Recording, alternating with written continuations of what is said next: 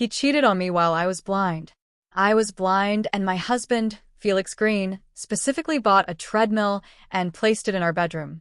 Every night, it would start running at the same time. I could hear him panting from the exertion, and I often told him to take a break, but he never listened. Then came the day my eyesight was restored. Overjoyed, I rushed home to share the good news, only to find Felix in bed with his female secretary. He was calling her name softly, full of intimacy. "Felix, divorce that blind woman. I'm the one who truly loves you," she said. "Just wait a little longer." "I need time," he replied. That night, as heavy snow fell, I walked out of the house in thin clothes, utterly heartbroken. I booked a flight to return to my hometown in Thalewood, determined never to let Felix find me again. I thought leaving would make them stop, but when I returned home after composing myself, I saw them in the living room, locked in a passionate embrace, the air heavy with the scent of lust. Lost in his desire, Felix bit his lower lip to stifle a sound, while Dora Sanders, his secretary, teased him deliberately. "Felix, even if Samantha's eyesight is healed, she still won't see us," she said, leaning close to his ear and glancing at me with disdain.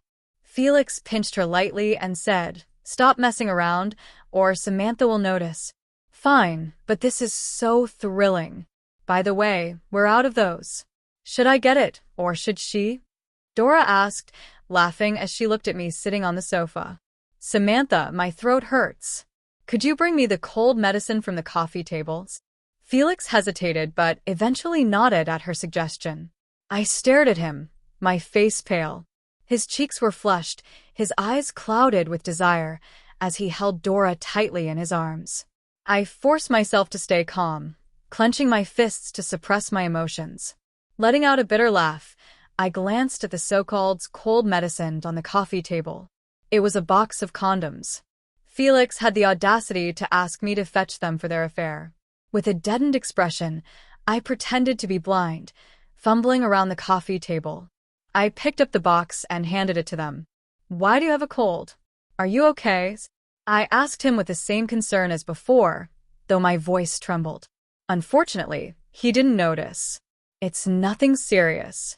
I'll be fine after taking some medicine and getting some rest," he replied. Dora flirted with him openly, toying with his hair. Felix glared at her angrily, signaling her to stop before taking the box from my hand. "You should rest early. I'll sleep in the guest room tonight to avoid passing this on to you." With that, he picked up Dora and carefully carried her toward the guest room. Once they were gone, a wave of sorrow washed over me, and my nose stung as tears welled up in my eyes. Even though I had already decided to leave him and let go, I couldn't stop my heart from aching. Felix had once promised me he would never lie to or betray me. Yet now he had broken that promise. I picked up my phone and called my master. "Master, I am willing to return to Thalewood and inherit your teachings. Are you sure? Once you return, you'll never be able to leave again. You know our village is isolated from the outside world, sealed off from discovery. Can you truly bear to leave Felix behind?" Without hesitation, I replied, "Yes, I can." My master was silent for a long moment. "Very well. Return in 7 days." There was a time when my reluctance to leave Felix made me hesitant. Now he had made the choice for me.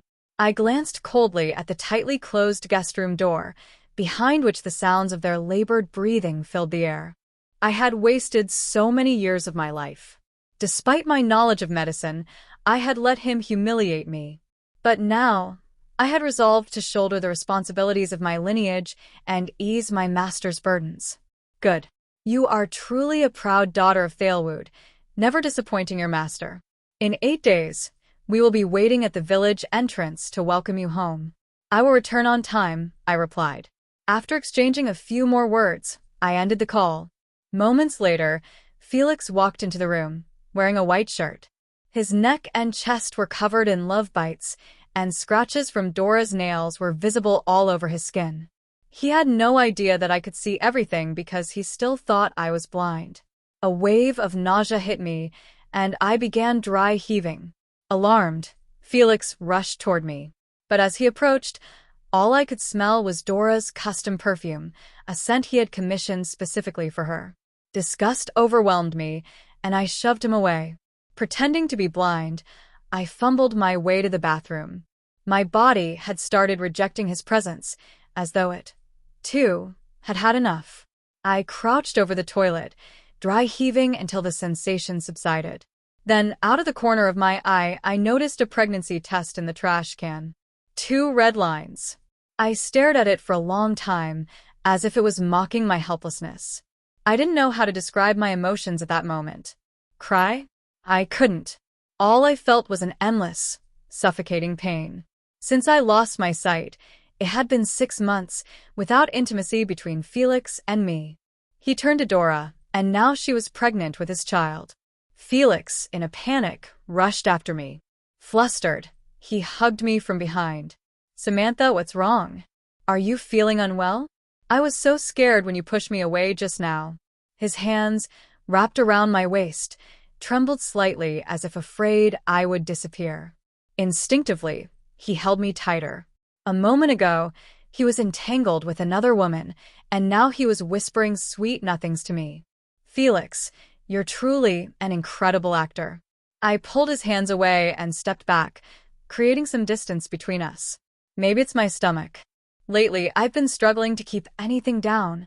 I don't know when I learned to lie, something I once despised in others.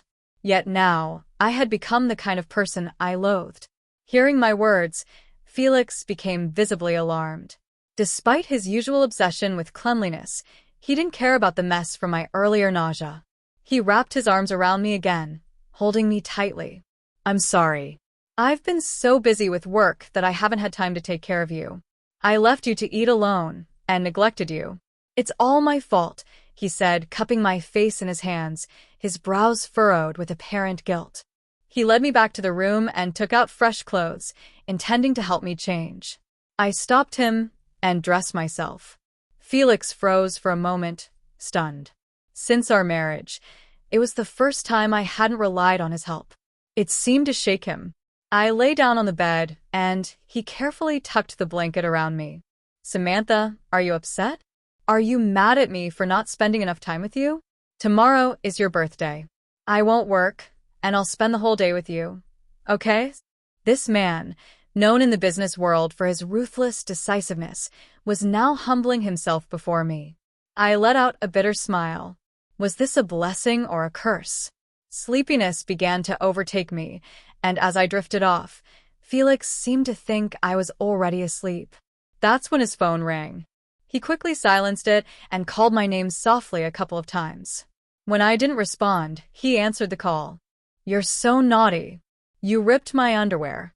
Get me a new pair right now, and come over immediately. Dora's voice purred through the phone. Felix glanced down at me, stroked my face gently, then got up and walked away. I clenched the bedsheets tightly as my tears finally broke through. Dora hadn't left. Was she being kept in this house, bullying me because she thought I couldn't see? I tried to comfort myself. It's okay. Just 7 more days, and I'll be gone. After that, we'll sever all ties. Forever. When I woke up the next morning, Felix was already up early and had personally prepared a lavish breakfast spread for me. It included all my favorite pastries and side dishes. He picked up a piece and held it to my lips. Open up, darling. Let me feed you, he said. Sitting across from me, Dora pouted, visibly displeased. Felix discreetly sent her a message on his phone, right in front of me. I'll make it up to you later. Don't cause a scene in front of Samantha. Whatever you want, I'll give it to you. Only then did Dora collect herself, casting a disdainful glance my way. She stood, leaving the table, and as she passed Felix, her fingers provocatively trailed beneath his waistband before she walked out. I ignored the food Felix offered, and instead picked up my chopsticks, pretending not to see as I selected something else to eat. Felix assumed I was still upset. After breakfast, he insisted on taking me out. He rented a yacht and invited many friends, claiming it was to throw me a grand birthday celebration. On the way, he held my hand tightly, as if afraid I might fall. He kept reminiscing about our sweet memories together. I stayed silent, my heart a turmoil of bitterness and pain. Once, I believed we would grow old together, inseparable for life. Now, that seemed nothing more than a cruel joke. Felix loved himself most of all, followed closely by youthful beauties. He had long forgotten the vows we exchanged at our wedding. As we stepped onto the yacht, I saw rose petals scattered all over the deck. I have always disliked roses, something Felix knew well. But Dora loves them. So, it was clear these petals weren't meant for me. How ironic. The so-called birthday celebration meant to be just for me was yet another lie. Samantha, do you remember? This is where we held our wedding. It was broadcasted worldwide, so the entire world could see how deeply I loved you, Felix said. His voice trembled with emotion, and, astonishingly, a single tear rolled down his cheek. He lifted my hand to touch the tear, as if to prove his sincerity.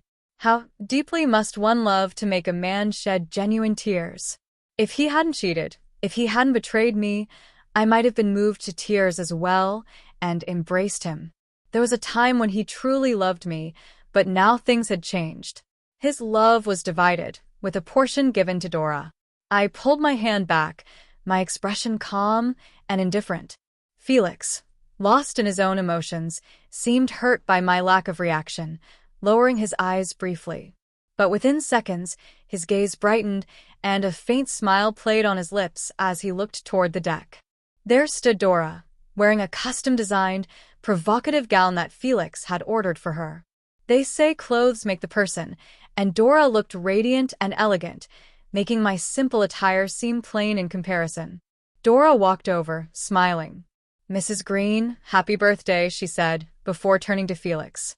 Ignoring the people around us, she grasped his hand. "Mr. Green, everything is ready. I'll count us down. 3, 2, 1. Suddenly, fireworks lit up the night sky, bursting in vivid colors against the darkness. The three of us stood together, but Felix and Dora were closely intertwined. To anyone watching, they looked like the married couple. As I watched the fireworks, the sight felt like a sharp blade piercing my heart. Among the dazzling displays in the sky, the name Dora was spelled out in light. My name, Samantha Green, was nowhere to be seen. It was clear who the birthday celebration and the fireworks were really for. Felix then asked a nanny to stay by my side, saying he had urgent matters to attend to. "Samantha, be good and wait for me to come back," he said, pressing a kiss to my forehead before hastily leaving with Dora. Watching their retreating figures, I quietly followed them. My gaze eventually landed on the partially open doorway, where Dora sat straddling Felix, passionately kissing him. With a swift motion, Felix flipped her beneath him. "Good thing Samantha can't see," he muttered, his tone disapproving. "You really went too far with the fireworks spelling out your name. Don't pull stunts like that again. What are you afraid of?" "She's blind," Dora said nonchalantly, tearing at his clothes. The sounds of their heavy breathing grew louder, escalating into something I could no longer bear to hear. Hands trembling, I took out my phone and started recording. For as long as their entanglement lasted, I stood there, listening to every humiliating sound. Finally, when Dora fell asleep, exhausted, Felix continued as if oblivious to her fatigue. Unable to endure it any longer, I turned and fled in disgrace, stumbling my way back home. Once I reached home, I stood in silence for a long moment before making my decision. My heart, once alive with hope, now felt hollow and dead. I removed my wedding ring and tossed it into the trash. Then, I gathered everything that reminded me of Felix and our life together, carried it all to the garden, dug a deep pit, and set it on fire. I watched coldly as the flames consumed every trace of our shared memories. "Felix," I murmured, "there will be no future for us." Not long after I returned to my room, Felix stormed in, drenched in sweat and panic. "Samantha, why did you come home alone? That was so dangerous. You scared me half to death," he exclaimed, his voice filled with fear. I smiled faintly. "You were gone for too long, and I got scared. So I asked the nanny to bring me back." Relieved, he embraced me tightly. "I'm sorry. "It's all my fault," he said, his voice full of guilt. I said nothing. For the next few days, he stayed by my side, unwilling to leave. We shared a rare silence that stretched on until the 7th day. That day, Felix accompanied me on a walk, but halfway through, he received a phone call. Claiming he needed to work overtime, he prepared to leave in a hurry. I stopped him, handing him a document already opened to the signature page. "There's a document I need you to sign. Since I can't see, I'll need your help," I said. In his eagerness to meet Dora, he didn't hesitate, signing it without even glancing at its contents. "What kind of document is this? Are you buying a car or a house?" he asked casually, handing me a credit card. "Take this. Get whatever you want." Without waiting for my response, he rushed off. I didn't even get the chance to bid him a proper goodbye. Nor did he realize he had just signed our divorce papers. But it didn't matter. He didn't need to know. I removed my sunglasses and watched his figure retreat into the distance. "Goodbye, Felix," I whispered. Back home, I placed the signed divorce agreement and the video I had recorded on the coffee table. Then, taking one last look at the house we once shared, I picked up my suitcase and left without looking back. Meanwhile, Felix hurried to the hospital. Dora had called him, claiming she was injured. But when he arrived, he realized it was another one of her lies. Just a mild cold. Annoyed, Felix glared at her. "Stop being so childish in the future," he scolded. As he turned to leave, the doctor who had treated me happened to pass by. "Mr. Green," the doctor said with concern, "has Samantha's vision deteriorated again?" Felix froze, confused. "What do you mean, again?" The doctor frowned. "We successfully treated her eyesight 7 days ago. She can see perfectly now." She was so happy. She ran out immediately, saying she couldn't wait to share the good news with you. The color drained from Felix's face. He staggered back against the wall, his expression a mix of terror and disbelief. Pushing Dora aside, he stumbled out of the hospital and ran home in a panic. As soon as I arrived at the airport, I received a call from Felix. "Samantha, have you been able to see this whole time?" he asked, his voice trembling as much as his hands likely were. "Are you home right now? If so, turn on the television." "The answer is there," I replied calmly. I ended the call and opened the home surveillance feed on my phone. As expected, Felix had returned home. Earlier that day, the doctor who treated my eyes called me, curious why I hadn't told Felix about my recovered vision. I could only give a bitter smile, avoiding a direct answer. Through the camera, I watched as Felix knelt by the coffee table, his eyes brimming with tears. He turned on the television and was immediately confronted by scandalous photos of himself and Dora. The images were explicit enough to leave anyone shocked. He picked up his phone, choking on his words as he called me. "Samantha, you've been able to see for a while, haven't you? Why didn't you tell me?" I let out a bitter laugh, my gaze hardening. "Did you ever give me the chance to speak? The moment I came home, I found you entangled with your secretary. You broke your vows, and even got her pregnant. I know everything. You already signed the divorce papers. From now on, we're done. No more ties, no more contact." Felix gripped his phone tightly, his voice rising in desperation. "I won't divorce you. I'll never agree to it. Not even if I die." "But you already signed the papers," I said coldly. "This morning, the contract I handed you, the one you didn't even bother reading before signing, it was the divorce agreement." "Felix, stop deceiving yourself. You've already betrayed me. Who are you crying for now?" Startled, he looked down at the document on the coffee table and finally noticed what it was. His face turned ashen, and his mouth opened as if to speak, but no words came. Only tears streamed down his face. "Samantha, I know I was wrong," he pleaded. "Tell me where you are. Let me bring you home. I'll do anything you want. Just don't leave me. I'll have her abort the baby and cut ties with her immediately." Felix knelt on the floor, his voice breaking as he begged me. But strangely, I felt no pain, no pity, nothing at all. My heart had long since let him go. "Felix, one mistake leads to another, and there's no turning back once you took the first step. I've already moved on from you," I said firmly as the boarding announcement echoed around me. He continued crying over the phone, begging me not to leave, but I ended the call without hesitation. I removed the SIM card from my phone, tossed it into the trash, and walked away in silence. 2,000 kilometers away, in a remote corner of Thalwood, I finally returned home after 2 flights. Our village is hidden, a secluded place where my ancestors settled generations ago. Leaving the village requires permission from the chief. Years ago, I had been curious about the outside world and sought permission to leave from the chief. The first time I left, I encountered Felix, who had been bitten by a venomous snake while on an expedition.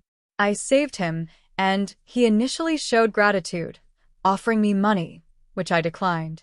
I said my goodbyes and thought nothing more of it. We met again under different circumstances. I was being falsely accused by an elderly woman who refused to let me go.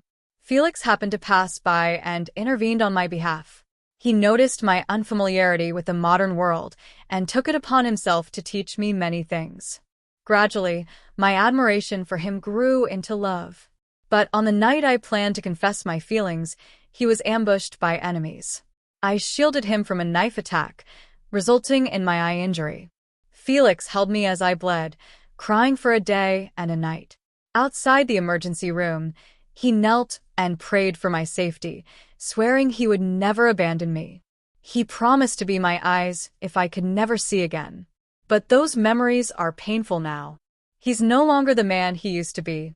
As I approached the village entrance, my master and several elders were waiting for me. Seeing my long-lost family brought a wave of bittersweet emotion. "Samantha, you're finally home," my master said, his expression complicated. "Have you truly let go of Felix?"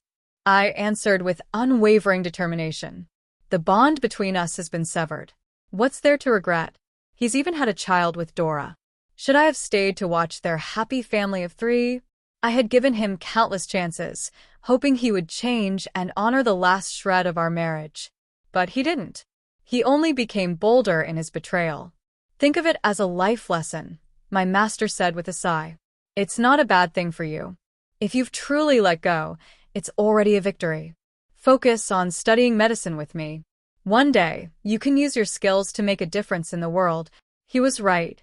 I'm only 30 years old. I have plenty of time and a bright future ahead of me.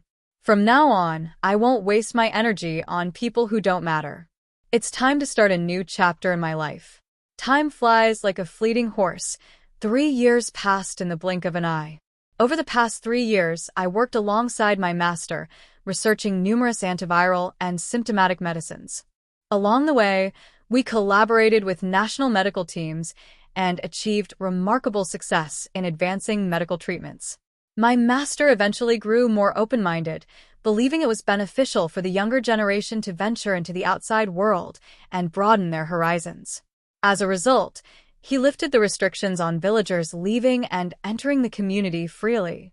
I never expected that the day those restrictions were lifted would also be the day I crossed paths with Felix again.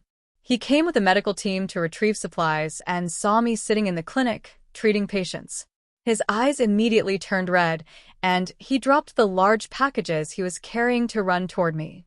Before I could react, he had wrapped me in a tight embrace. The once ruthless and feared Felix now carried a constant air of worry in his expression. "I've finally found you.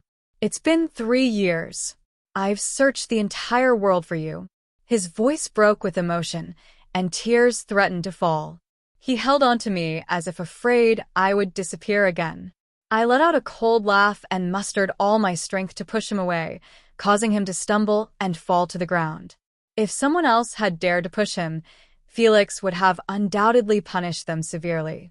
Yet now, instead of anger, he anxiously asked, "Did I hurt you?" "I'm sorry, Samantha. I'll be more careful next time." "There's no need for that," I said indifferently. "We ceased being husband and wife a long time ago. Please respect yourself and don't hug me like that again." But Felix, as if losing all reason, stood up and stubbornly refused. "No, I can't let go. I can't forget you no matter what. Even if you hate me, don't push me away." He tried to hug me again and even kissed me. Unable to tolerate his actions, I slapped him hard across the face. I have standards. I can't stand a man who cheated on me and impregnated another woman. Felix, you disgust me. Felix, utterly devastated, began shouting hysterically. I've already had Dora abort the child. She's gone from my life. I'll never make such mistakes again. Please, give me one more chance to make it up to you. Hearing his plea, I coldly withdrew my hand. Before walking away, I turned and said, Felix, I don't love you anymore. Whether you believe it or not, my future has nothing to do with you. The light in his eyes dimmed, and he nearly collapsed from despair. Tears streamed down his face as he broke down, his voice trembling with grief. You're lying. You can't possibly have let go of me. Look into my eyes and tell me you don't love me anymore. He gripped my arm tightly, forcing me to meet his gaze. I looked directly into his eyes without hesitation and replied, That's right. I don't love you at all anymore. Now, Mr. Green, will you let go of me? This time, his hands slowly released me, and tears fell like beads from a broken string. When you left, my heart died. I searched the world for any trace of you. As long as I was alive, I wouldn't stop looking. Then, by chance, I saw your name with the medical team and followed them over mountains and rivers to find you. But now, you don't want me anymore. Samantha, I'll give you time. Felix wiped his tears and hurriedly ran away, stumbling several times in his haste. In the days that followed, Felix didn't leave. Instead, he stayed in the house next door to mine. He didn't harass me but followed me from afar. I pretended not to see him. No matter what he did, I didn't spare him even a glance. He couldn't reclaim a heart that no longer loved him. Still, he deceived himself. One day, a male classmate of mine came to visit for a follow-up appointment. We chatted and laughed as we reminisced about the past. Felix, however, misunderstood and assumed I had started a new relationship. He stormed over, raising his hand to hit my classmate. I quickly intervened to stop him. Embarrassed, my classmate said a quick goodbye and left. After he was gone, I pushed Felix away in disgust, but he grabbed my hand, looking at me with a desperate, almost tender gaze. Samantha, you had time to calm down. Isn't it time to come back to me and leave this place together? I couldn't help but frown, laughing bitterly at his delusion. He still thought my years away were nothing more than a cold war between us. Felix, did you not hear a word I said? We are divorced. I don't love you anymore. Can't you leave? Is it that hard to understand? I couldn't help but laugh at the absurdity of it all. I'll never forget the sight of you stripping naked in front of me to be with Dora. Or how you set me to get cold medicine, only for it to turn out to be condoms. Even the fireworks you gave me, when they exploded, they spelled out Dora's name. I don't know how thick-skinned you have to be to stand here and ask me to come home with you. You betrayed me back then, and now you must face the consequences. Each word I spoke cut into Felix's heart like a sharp knife, twisting deeper with every sentence. He was in so much pain that even breathing seemed difficult. When I barely managed to restrain myself from slapping him, Dora appeared. Felix had sworn he would drive her out of his life completely, but that too turned out to be another lie. She was alive and well, looking exactly the same as she had when I left 3 years ago. If you dare lay a finger on Felix, I'll cripple you. Not that you're far from being a useless wreck yourself. Dora's face was filled with malice as she strode toward Felix, but when she reached him, her expression softened into a fawning smile. Well, the pair of dogs is finally reunited. Should I lock the door and deal with both of you at once? Her mockery pushed my patience to the edge. Since she dared to act wild on my turf, I saw no reason to let her off easily. Fine, she said with a smirk. Felix, did you hear her? She just called us dogs. Let me teach her a lesson on your behalf. With that, Dora dropped her smile, charging toward me in a fury. Unexpectedly, Felix cut her off and struck her across the cheek. Shut up. She's right to call you a dog. You are my dog, and yet you dared to dream of replacing the master. Didn't I warn you never to show your face in front of me again? If your ears don't work, I'll be happy to cut them off for you. Dora clutched her reddened cheek in shock, staring blankly at Felix, whose gaze now brimmed with hatred. Once upon a time, he would never have hit or scolded her. But now, for Samantha's sake, he had no reservations. "Samantha," Felix turned to me, his voice full of tension, "don't listen to her. I won't let her hurt you. 3 years ago, I already severed all ties with her. I swear I'm not lying to you." I had no interest in his explanations. My voice was cold as I warned them. "Both of you leave. Don't come back to Thalewood. I have nothing to say to either of you. Now, get out." Felix's face turned as pale as paper, his brows furrowing in unwillingness. Dora, however, glared at me with venomous resentment. She blamed me for Felix's cruelty toward her. In a fit of rage, she picked up a wooden chair from the ground and hurled it at me. Standing beside me, Felix froze in place. I quickly pushed him aside, narrowly avoiding the incoming chair. "Samantha Tissa, go to hell. Just die." Dora screamed hysterically, grabbing a glass medicine jar and aiming it at me again. This time, I had enough.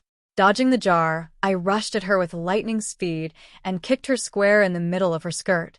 She collapsed to the ground, writhing in pain. "Miss Sanders," I said with feigned politeness, "sorry about that. I must have slipped." "You, Samantha Tissa, I'll kill you with my own hands," she shrieked. Felix finally snapped out of his daze. He strode over, grabbed Dora by the hair, and snarled, "If you dare hurt her, even slightly, I will tear you limb from limb." Dora burst into a bitter laugh, her tears flowing. "Felix, how heartless can you be? No matter what, I was the one who pleased you for a time. And now you discard me as if I'm nothing." "Shut up," Felix barked, slapping her hard to silence her, then glanced nervously at me. "What are you trying to hide?" Dora sneered through her tears. "We were together right under your wife's nose, remember?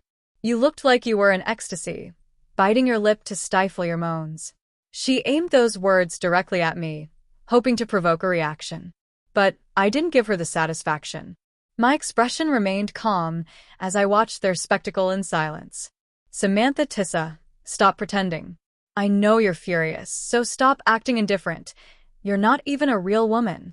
I chuckled at her pathetic attempt to rile me. "Whether I'm a woman or not isn't for you to decide. But you should worry about yourself." That kick of mine was quite forceful.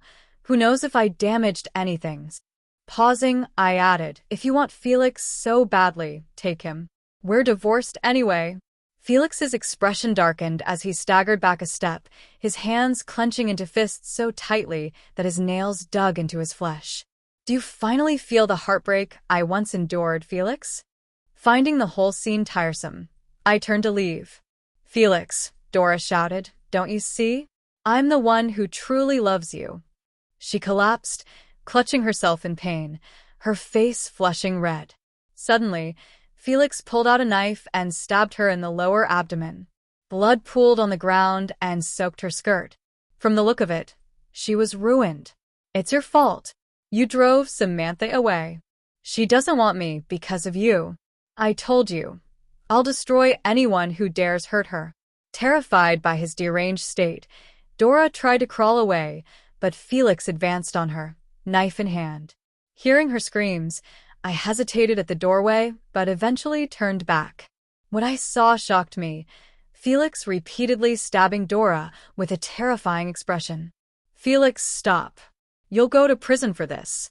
At my voice, Felix froze. He turned toward me, his face smeared with blood. Dora lay unconscious on the ground, drained of blood. Felix dropped the knife and slowly approached me, his exhaustion evident. "Samantha, can I hold you one last time?"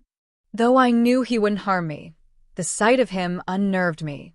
Still, I raised my arms to comfort him. Before I could embrace him, the police burst in, guns drawn, and cuffed him. "Let me go." Samantha was about to hug me. "Why are you stopping her?" Felix shouted desperately. No one paid attention to his outburst. I stepped forward, but an officer stopped me. "Don't worry," I said. "He won't hurt me. If a hug can help him let go of his demons, I'll give him that." I hugged Felix one last time. He broke down in my arms, sobbing and repeatedly apologizing, acknowledging that everything was his own fault. As he was led away, he kept turning back to look at me. I watched silently as the police car disappeared down the mountain road. This time, it was truly goodbye. Farewell, Felix.